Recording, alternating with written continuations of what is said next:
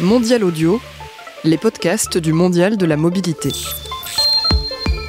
Nous sommes fidèles au poste pour une nouvelle émission de voyage en mobilité. 30 minutes consacrées à une des grandes tendances de la mobilité de demain. Au programme, des débats, des discussions et surtout des invités. Merci beaucoup de nous écouter. Sachez que nous sommes toujours au cœur du Mondial de la mobilité, pavillon 2.2. N'hésitez pas à passer nous voir. Nous sommes là jusqu'à la fin du Mondial. Je vous parlais d'invités aujourd'hui. Elles sont au nombre de 2.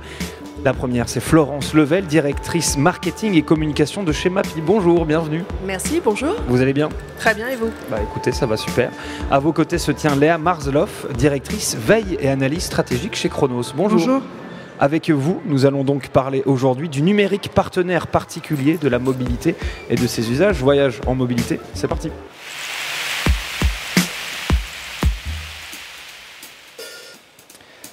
Je le disais donc, avec vous, Florence Level et Léa Marzloff, nous allons parler du numérique, un partenaire particulier de la mobilité et de ses usages. Et pour ce faire, nous allons nous reposer sur une étude que vous avez réalisée, Léa Marzloff. Vous êtes donc directrice, je le disais, et analyse stratégique chez Chronos. Vous l'avez réalisée en partenariat avec Opsoco et vous nous donnez énormément de chiffres sur justement ce lien qu'il y a entre la mobilité et le numérique.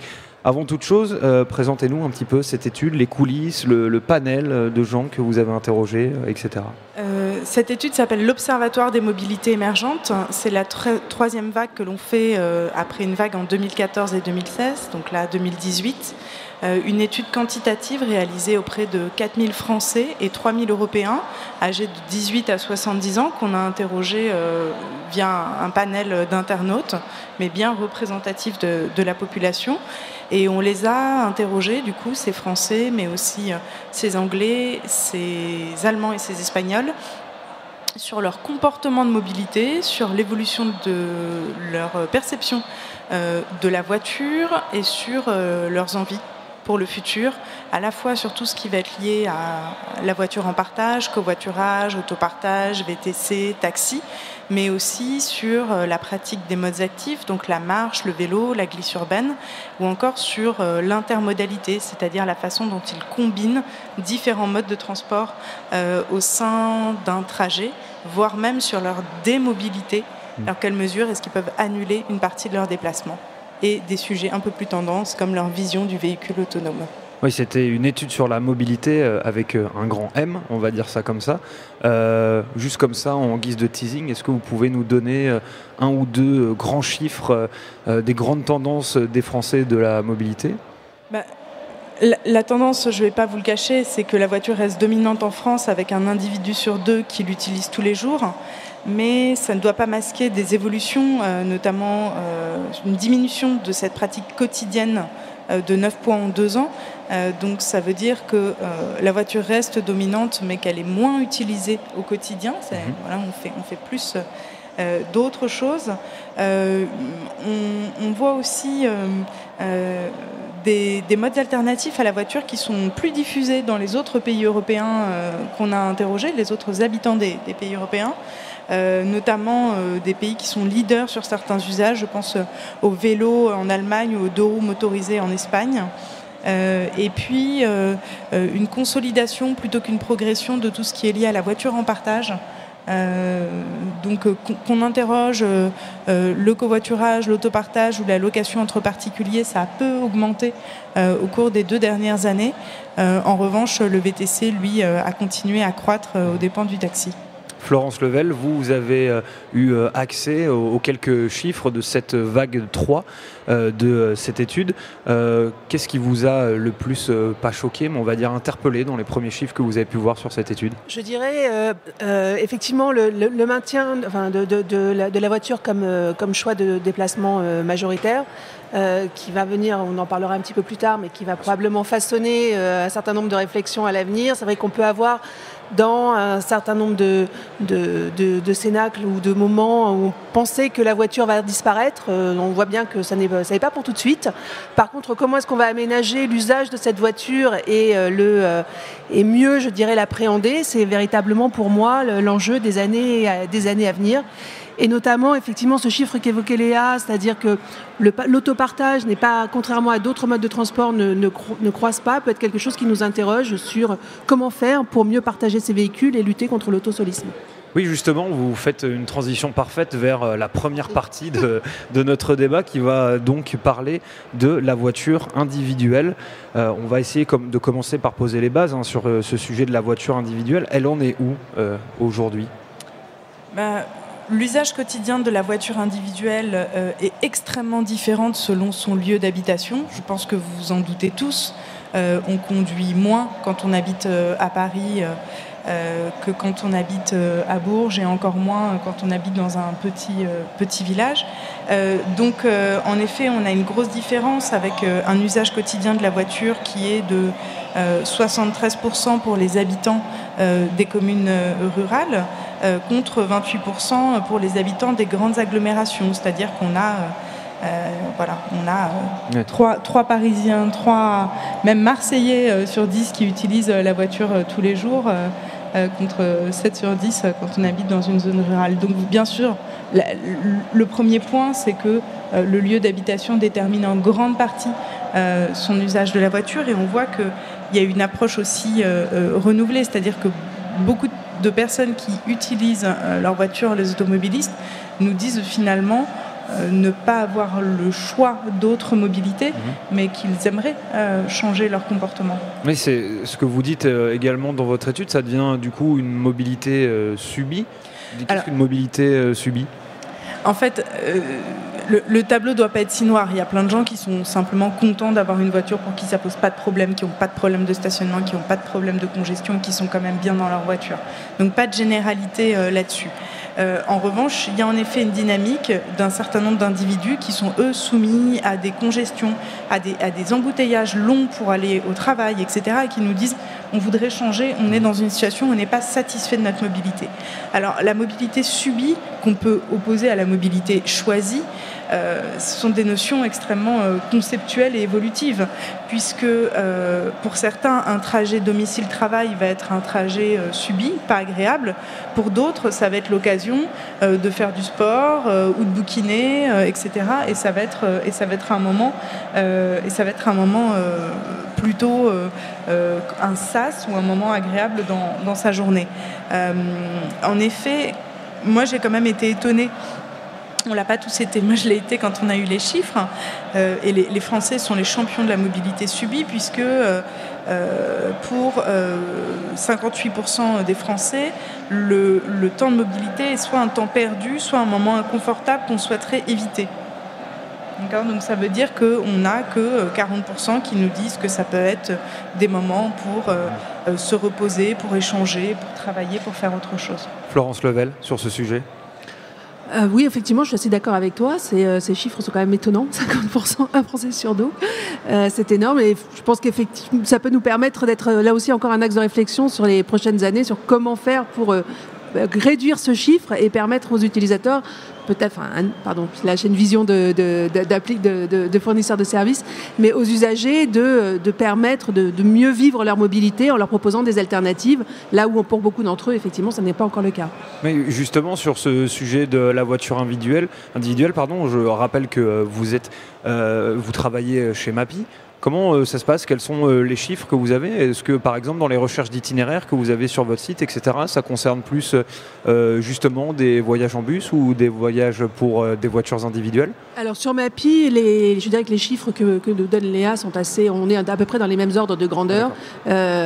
Puisqu'on a sur Mappy une audience qui est très représentative de la population française, les chiffres sont tout à fait similaires.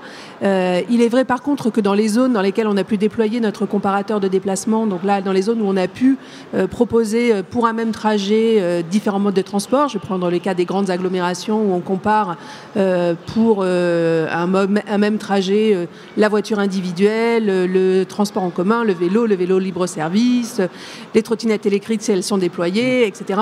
On voit ce qu'évoque Léa, c'est-à-dire la voiture reste très majoritaire. Mais on voit aussi des nouveaux modes de transport émerger petit à petit.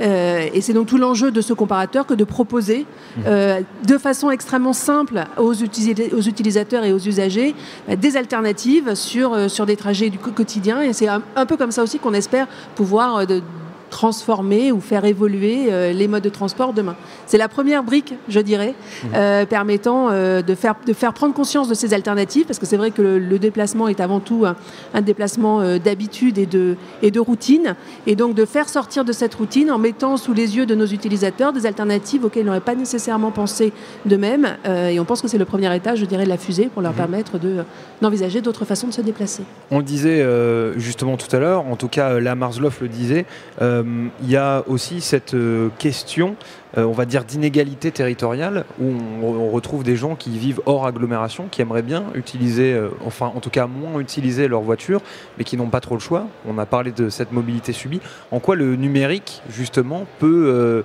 changer ou faire améliorer cette situation, selon vous ?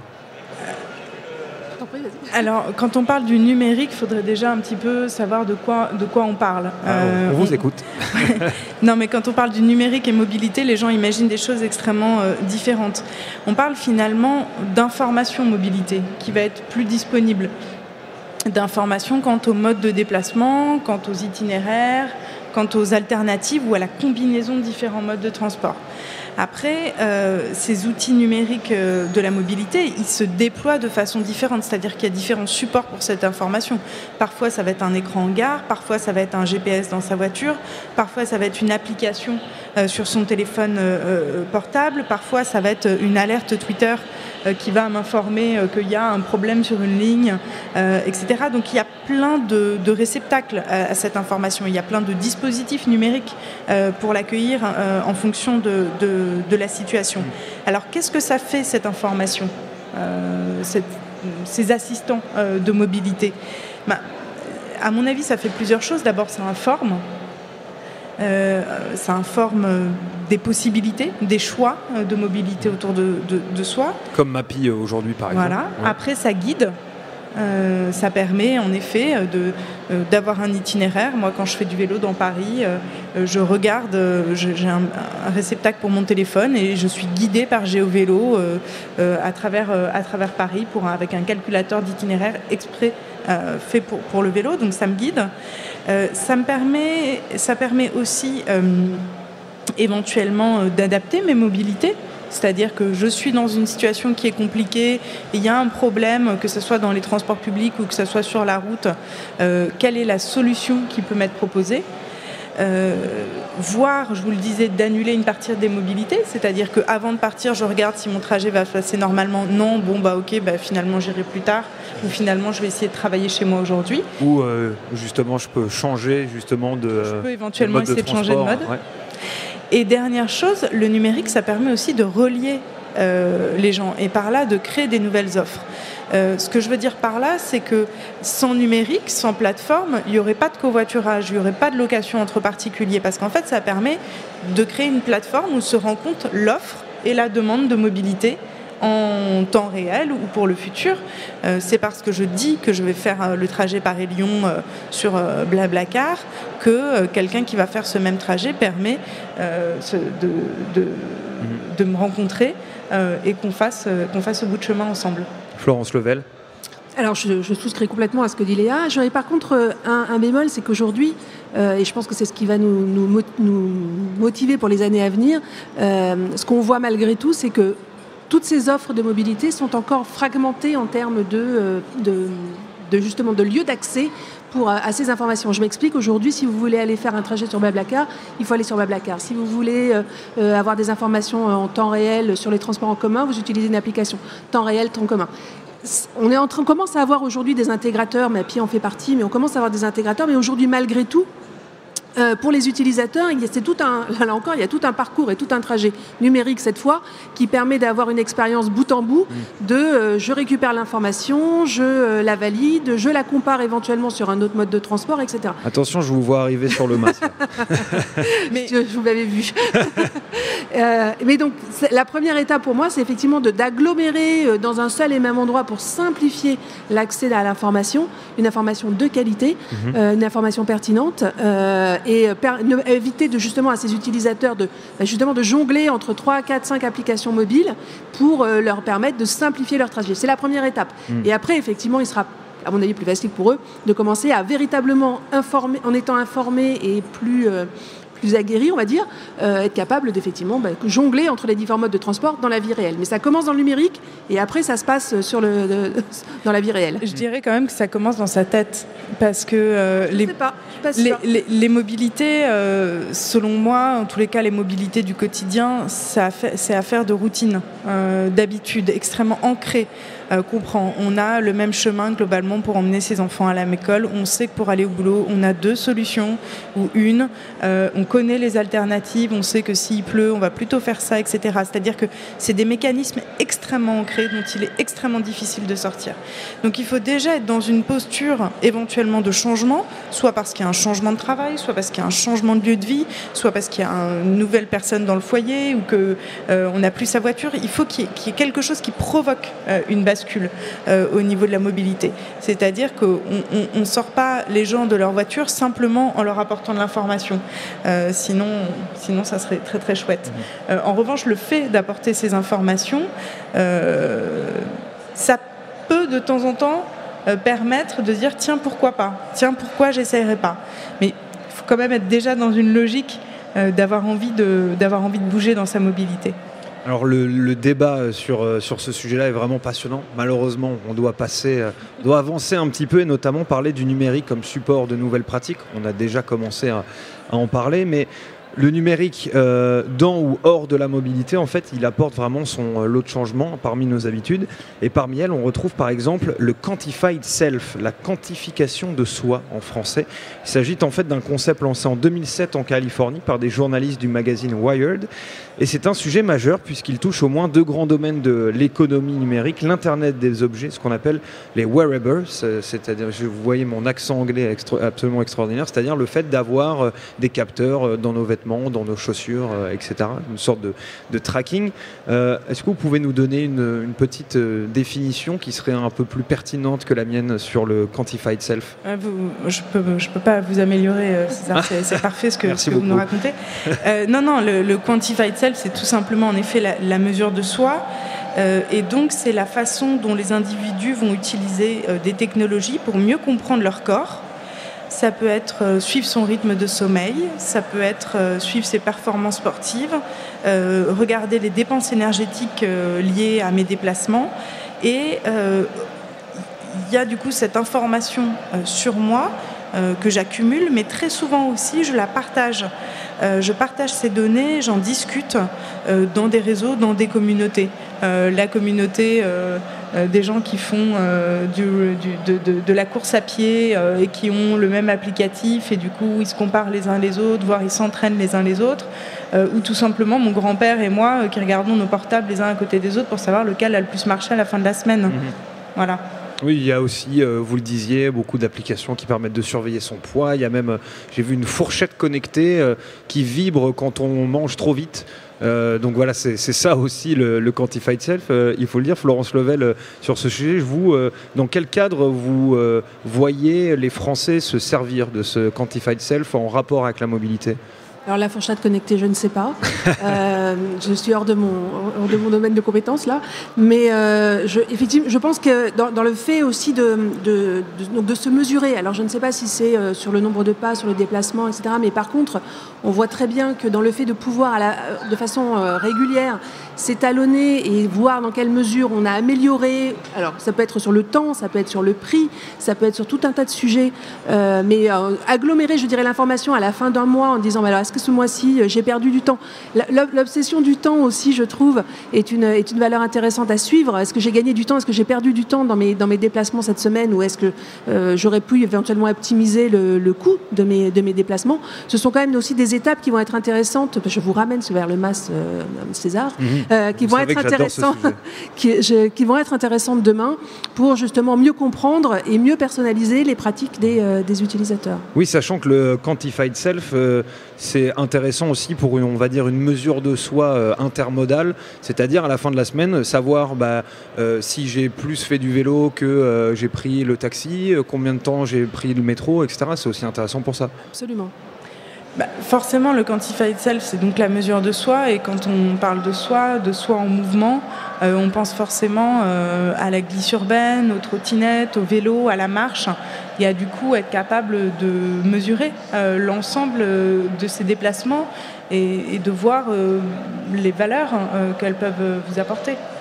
Il y a simplement, pour finir, on ne va pas rester énormément de temps dessus, mais une question de comment on va pouvoir utiliser les Quantified Self dans la mobilité de demain, selon vous. Non. Vous n'êtes pas très inspiré par cette question, je vois. Non, moi je dirais l'utilisation que je trouve la plus intéressante, c'est celle-là. C'est le fait de pouvoir avoir une évaluation personnelle de mes trajets, de mes modes de transport, du temps que j'y passe, du coût, et derrière d'essayer d'optimiser ça. Alors après, on peut aussi, et vous l'évoquiez tout à l'heure, collectivement le partager. Léa évoquait les trajets pour les gens qui font de la course à pied, ou on peut aussi imaginer que des trajectoires optimisées, voire aussi, nous, côté MAPI, on pourrait imaginer aussi que utiliser ces informations pour optimiser nos propositions, c'est-à-dire voir que je sais pas, à vélo, les gens systématiquement prennent tel trajet plutôt qu'un autre, souviendrait sous-entendre que celui-là est plus intéressant, plus facile, plus confortable, que sais-je. Donc ça peut être aussi une façon d'optimiser, d'améliorer nos services. Mais je crois que c'est aussi sur la partie initiale, dans la prise de conscience aussi de chacun, du temps consacré, de l'argent consacré à la mobilité. Cette dimension Quantified Self est intéressante. Peut-être aussi dans le domaine de l'entreprise, puisque en tant que salarié, je peux avoir des indemnités kilométriques si je prends ma voiture, je peux avoir un remboursement d'une partie de mon pass de transport en commun. Je suis en train de se mettre en place des indemnités kilométriques pour le vélo. Donc déjà, si je fais du vélo, je peux en effet être indemnisé. Pourquoi pas imaginer que la marche ou la course ou l'intermodalité soit valorisée financièrement comme le sont d'autres modes de transport dans vos déplacements professionnels ou vos déplacements domicile-travail. Et puis le numérique, pour partir du Quantified Self, a aussi c'est un support de nouvelles pratiques également pour donc beaucoup de sujets. Le Quantified Self, on a dit, mais il y a aussi l'autopartage. En quoi il est important aujourd'hui dans ce domaine précis? Alors, avant l'autopartage, à mon avis, il est plus important quand même dans le domaine du covoiturage. Enfin, en tout cas, c'est plus massif comme pratique. Le covoiturage, on est donc sur le fait de partager son trajet avec d'autres personnes qui sont hors du cadre familial, avec soit un échange, un partage des frais. Donc le partage des frais, ça peut être je prends une semaine ta voiture, on prend une semaine la mienne pour aller au boulot, ou ça peut être je te donne 30 € pour faire le Paris-Lyon. Et du coup, c'est vrai que le numérique est extrêmement important dans ce dispositif, même si beaucoup le font quand même de façon informelle, mais en tous les cas sur les trajets longue distance, il a permis à des plateformes d'éclore et à des demandes et des besoins et des offres de mobilité de se retrouver. Avec le numérique, on a aussi du coup le principe de notification, de profil, de confiance, qui fait qu'on va prendre quelqu'un dans sa voiture. Sur l'autopartage, avec plusieurs modèles d'autopartage, puisque Autolib, c'est c'est de l'autopartage. On est donc sur un système de traces qui n'existe bien sûr, Autolib est terminé, mais il y a d'autres systèmes d'autopartage en trace directe. Selon le ministère, il y a 3 facettes. C'est comme vous le disiez, l'autopartage avec par exemple Autolib. Il y a l'autopartage qui s'organise entre amis, entre proches, et puis il y a désormais l'autopartage avec les sites spécialisés qui font de la location de voitures entre particuliers. Pour nous, c'est encore un autre segment de la location entre particuliers, mais pourquoi pas. Alors, vous disiez, dans un groupe d'amis, c'est plutôt un groupe d'utilisateurs qui va être formé en association ou en coopérative. C'est juste que c'est un modèle associatif ou coopératif. C'est comme ça, en tout cas, que les... C'est pas forcément une bande de copains. C'est juste que c'est un certain nombre de foyers qui estiment que, par exemple, ils ont besoin que d'un véhicule et pas de deux, et que du coup, le deuxième véhicule, ils peuvent partager une voiture qu'ils vont utiliser de temps en temps. On est quand même sur... si je combine autopartage et location entre particuliers, on doit être environ entre 7 ou 10% de taux de pénétration. Donc on est sur des usages qui restent assez faibles. Sur le numérique, ce qui permet là-dedans, il permet du coup en effet la rencontre, et puis derrière, la rencontre de l'offre et la demande, et puis derrière aussi maintenant il y a des boîtiers dans les véhicules qui permettent de déverrouiller le véhicule à distance, c'est-à-dire que le conducteur, le propriétaire de la voiture n'a pas forcément besoin de se déplacer pour que la voiture soit ouverte, et puis des dispositifs d'assurance et de contrat qu'on peut directement signer depuis un applicatif mobile. Oui, c'est vrai qu'il y a énormément de startups qui font ça. Vous, Florence Level, chez Mappy, il y a dans votre calcul d'itinéraire intégré l'autopartage ou le covoiturage ? On intègre le covoiturage, notamment sur la longue distance. On intégrera prochainement sur la courte distance. On intégrait Autolib. On intégrera les successeurs. Le rôle du numérique, pour moi, sur l'autopartage, il est simple. Enfin, il est simple. Il est compliqué et simple. Il est de lever les freins, justement. D'essayer de, comme le disait Léa tout à l'heure, je laisse ma voiture, je veux louer une voiture. Avoir à déverrouiller moi-même ma voiture, c'est un frein qui fait que je vais limiter l'usage. Le numérique est là pour faciliter ce déverrouillage et donc accélérer la pénétration. Idem sur le covoiturage, permettre de mettre tous ces besoins et les demandes, l'offre et la demande sur une même plateforme, c'est la première étape. La prochaine étape, ce sera sûrement de pouvoir le faire de façon dynamique, c'est-à-dire d'informer un utilisateur ou un conducteur à un moment donné qu'il se retrouve sur un même trajet. Et c'est ça le rôle du numérique, c'est de permettre, par de l'information temps réel et des applications ou des plateformes, de mettre en correspondance les besoins d'un utilisateur et les besoins de différents utilisateurs qui peuvent être différents si c'est conducteur et passager. Et par contre, de lever ces freins, ce qu'on appelle aussi les irritants, comme on dit en général, pour permettre l'accélération de ces usages. Et c'est ça le rôle du numérique pour moi. Et on est obligé quand même à un moment de parler du MaaS avec vous, d'aborder cette question, puisque c'est quand même aujourd'hui très compliqué de parler, de ne pas parler du MaaS justement quand on parle de l'apport du numérique dans la mobilité de demain. Simplement, est-ce que vous pouvez nous rappeler ce que c'est le MaaS, de une petite définition ? Notamment pour les personnes qui sont là et puis pour celles qui nous écoutent, quand on parle de MaaS, en fait, c'est un acronyme pour dire Mobility as a Service. Ça veut dire quoi concrètement ? C'est-à-dire que demain, de nouvelles offres regrouperont plusieurs modes de transport public ou privé dans une même solution de mobilité. Et du coup, vous pourrez rentrer votre destination dans une application pour un trajet immédiat ou à venir. Et que l'application va vous proposer différentes options pour vous y rendre avec un seul ou avec plusieurs modes de transport. Vous pouvez ainsi choisir votre trajet en fonction de vos besoins. Votre transport va être réservé, payé. Vous allez être guidé pour y aller. Et le paiement sera inclus dans la solution, soit que ça soit un forfait, soit que je paye en fonction de mes déplacements, mais en tout cas, je n'aurai pas à chaque fois à reproduire l'acte. Tout ça sur une seule et même application ? Sur une seule et même application, ou site mobile, ou dispositif, oui, tout à fait.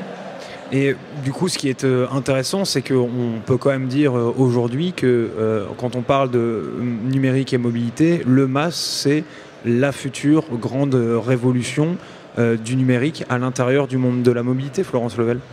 C'est en tout cas, oui, le Graal pour moi. C'est-à-dire que c'est demain. Je parlais d'irritant tout à l'heure, je parlais d'utiliser le numérique pour permettre de changer les modes, les usages. C'est effectivement avoir une application qui centralise, comme je le disais tout à l'heure, l'ensemble des offres de déplacement pour un même trajet et qui permet d'aller jusqu'à la fin de l'expérience ultime, c'est-à-dire, comme le disait Léa, soit réserver mon taxi ou mon VTC, soit déverrouiller mon véhicule de location, soit acheter mon billet de transport en commun, soit déverrouiller mon vélo libre-service, grâce toujours à cette même application, et puis être guidé jusqu'à ma destination. Tout ça avec le même assistant de mobilité, en fait, qui va m'accompagner de bout en bout. Et donc qui va me permettre donc de simplifier mon déplacement sur toutes les dimensions, que ce soit le choix, que ce soit l'accompagnement sur le trajet, ou que ce soit même dans le choix du partenaire et l'utilisation du mode de transport. C'est génial. C'est génial. Ça arrive quand ? Alors, pour ces promoteurs, c'est génial, puisqu'en effet, l'idée, c'est de dire on va moins utiliser la voiture personnelle parce qu'on aura accès facilement à tout un tas de solutions de mobilité intégrées dans une même offre. Pour ces détracteurs, le problème, c'est de dire le problème du MaaS, c'est que pour le moment, pour combiner plusieurs offres dans une même solution, il faut qu'il y ait plusieurs offres. Or, il y a souvent plusieurs offres dans les villes-centres des métropoles. Donc finalement, on va rendre plus mobiles des gens qui sont déjà très mobiles et on va pas les sortir de leur voiture parce que globalement ils l'utilisent déjà plus. Donc la question, c'est finalement comment est-ce qu'on peut faire du MaaS ailleurs, et on espère, on va y travailler avec MAPI et avec d'autres, de voir comment on peut proposer des solutions pour des gens qui ont vraiment des gros soucis de mobilité et qu'il faut aider à sortir de la voiture. Mais du coup, il y a encore cette question de l'inégalité territoriale qui ressort, et du coup celle de la voiture individuelle. Aujourd'hui, comment le MaaS va pouvoir intégrer la voiture individuelle, sachant qu'on peut subodorer que le MaaS est là justement pour l'enterrer encore un petit peu plus. Alors, je vais... le chiffre que j'ai est peut-être pas tout à fait précis, mais j'ai en tête que 50% des déplacements dans les zones peu denses font moins de 5 km, c'est-à-dire que c'est pas parce qu'on habite dans une zone qui a une faible densité qu'on va forcément loin. Donc il y a déjà toute une partie des mobilités qui pourraient être faites à pied, en vélo à assistance électrique, en saver wheel ou overboard, où je ne connais plus très bien les noms. Donc il y a déjà ça. Il y a aussi le covoiturage, bien sûr, qui existe déjà partout dans le territoire. C'est pas une pratique de jeunes urbains CSP+. On fait du covoiturage partout. Donc il y a des choses déjà autour du partage automobile et des modes actifs qu'on peut proposer. Et bien sûr, c'est des gens qu'il va falloir peut-être un peu plus accompagner parce que les offres sont moins visibles autour d'eux. Oui, oui, pardon, vous vouliez dire... Oui, ce que vous soulignez en fait, c'est que le MaaS n'a pas un seul visage. C'est que probablement demain, il y aura dans les métropoles où effectivement l'offre est pléthorique, un arbitrage entre des modes de transport très nombreux, très variés, très concurrents. Là où dans des zones moins denses, donc avec moins d'offres, là effectivement il faudra probablement, comme le disait Léa, utiliser la voiture mieux, donc moins d'autosolisme, mais éventuellement mettre en valeur les modes de transport actifs et ou partager ces voitures, comme on le disait tout à l'heure, de plein de façons différentes. Et ce sera peut-être un MaaS un petit peu différent. Mais dans tous les deux cas, pour moi, c'est la même chose. C'est-à-dire, c'est comment est-ce qu'on se déplace mieux en utilisant le numérique à cette fin. Bon, c'était une émission très dense, on avait plein de sujets abordés, on en a raté quelques-uns. Simplement, avant de finir, est-ce que justement, je vais quand même vous laisser cette opportunité d'ajouter un mot de conclure cette émission en ajoutant un mot sur un sujet de votre choix, bien entendu, lié avec la mobilité. Qu'est-ce que vous avez à ajouter, Florence Level ? Écoutez, justement ça, qu'on est au début d'une histoire, on commence aujourd'hui et qu'on verra dans les mois qui viennent un certain nombre d'initiatives autour de MaaS. Alors toutes ne seront pas aussi complètes et aussi exigeantes que ce qu'on évoquait tout à l'heure. La dimension paiement, la dimension billettique ont des freins technologiques qui sont pas simples. La personnalisation sont quand même des choses qui sont techniquement un petit peu difficiles à développer, donc ça prendra peut-être un petit peu plus de temps. Par contre, on voit malgré tout pas mal d'initiatives se développer et je pense que ça va être très très intéressant à suivre dans les mois qui viennent. La Marzloff.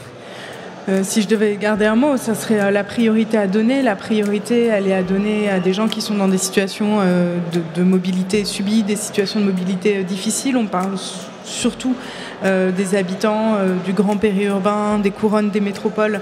Et donc, mon message, ça serait de montrer qu'il y a un marché là-bas, qu'il y a des choses à faire là-bas, que c'est peut-être un petit peu moins facile que dans les zones denses, mais que ça me semble être la priorité pour des questions tout simplement d'égalité. Merci beaucoup, en tout cas, d'avoir été avec nous. Florence Level, je rappelle que vous êtes directrice marketing et communication chez MAPI. Merci d'avoir été là. Merci César. Et à vos côtés se tenait aujourd'hui Léa Marzloff, qui est directrice veille et analyse stratégique chez Chronos, qui a donc réalisé une étude sur la mobilité en partenariat avec Obsoco. Merci beaucoup d'avoir été là. Sachez que vous retrouvez bien entendu cette émission en podcast sur mondial-paris.audio ainsi que sur tous les agrégateurs de podcasts. Nous sommes également sur les réseaux sociaux, Facebook et Twitter. N'hésitez pas à nous RT, comme disent les jeunes. Et on se retrouve pour une nouvelle émission de questions de mobilité ou de voyage en mobilité. Nous sommes là jusqu'à la fin du mondial. On vous le rappelle, à la prochaine.